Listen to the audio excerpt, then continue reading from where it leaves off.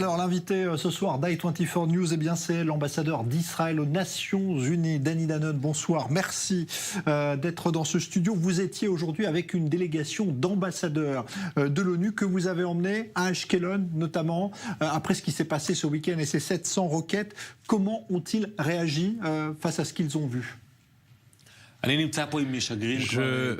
suis déjà depuis près d'une semaine avec ces ambassadeurs et ils ont vécu ce que nous avons vécu, cette attaque de missiles de la part d'une organisation terroriste. Mais cette fois-ci, je les ai emmenés voir les résultats. Ils ont visité une maison où un citoyen israélien a été tué. Ils ont parlé avec les élus locaux, des enfants. Ils ont compris ce qu'était le terrorisme. Je n'ai aucun doute que ce sont des images qu'ils vont ramener avec eux à l'ONU et que nous allons pouvoir mener une démarche auprès du Conseil de sécurité pour déclarer le Hamas comme organisation terroriste. Oui, c'est ce que vous souhaitez obtenir. Certains de ces ambassadeurs, d'ailleurs, sont actuellement au Conseil de sécurité de l'ONU. Est-ce que vous avez l'impression que l'ONU pourrait changer de discours? Parce que ce week-end encore, la position de l'ONU est toujours très mesurée et ne parle pas du Hamas comme une organisation terroriste. J'ai déjà prouvé qu'on pouvait réussir des choses à l'ONU, changer les opinions des gens. Nous avons réussi à faire condamner le Hamas et obtenu la majorité des voix, 87.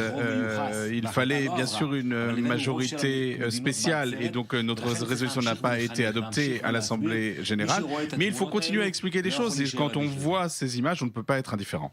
Alors justement, le Hamas ce week-end... qui a attaqué Israël avec le djihad islamique.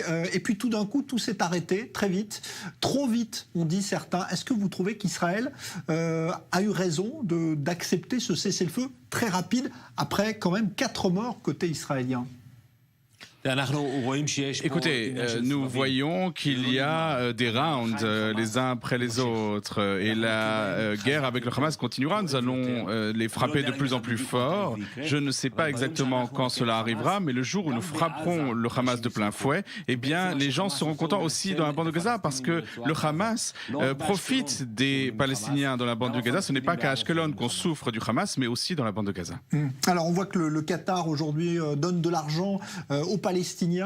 Est-ce que vous pensez que c'est une bonne chose qu'Israël autorise de nouveau l'argent à arriver à Gaza? Certains ont critiqué le fait qu'on laisse passer de l'argent du Qatar vers le Hamas à Gaza.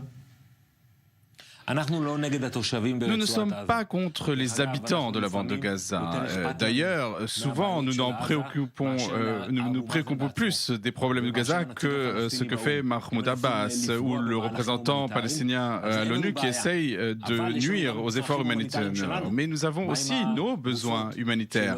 Les dépouilles de Ron Shaul et Hadar Goldin, les 2 citoyens israéliens qui sont détenus par le Hamas aussi. Et donc, nous devons nous soucier de la vie des habitants de Gaza et nous préoccuper aussi de nos besoins humanitaires. Est-ce que vous avez eu l'impression que le regard de certains pays, peut-être de ceux que vous avez emmenés d'ailleurs voir ce qui s'est passé à Ashkelon, est-ce que vous avez l'impression que le regard a changé? Parce que on a l'impression souvent qu'à l'étranger, on considère plus les Palestiniens comme des victimes que les Israéliens.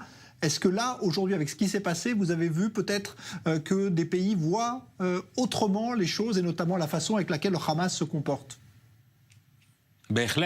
Oui, c'est évident. J'ai vu des pays qui ne savaient rien de la situation ici.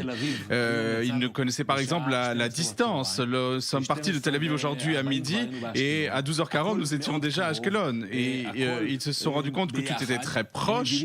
Ils le comprennent. Lorsque vous êtes à New York, vous voyez des images à la télévision, vous pensez qu'Israël est un grand pays, alors que quand vous venez ici, vous voyez qu'Israël est un petit pays.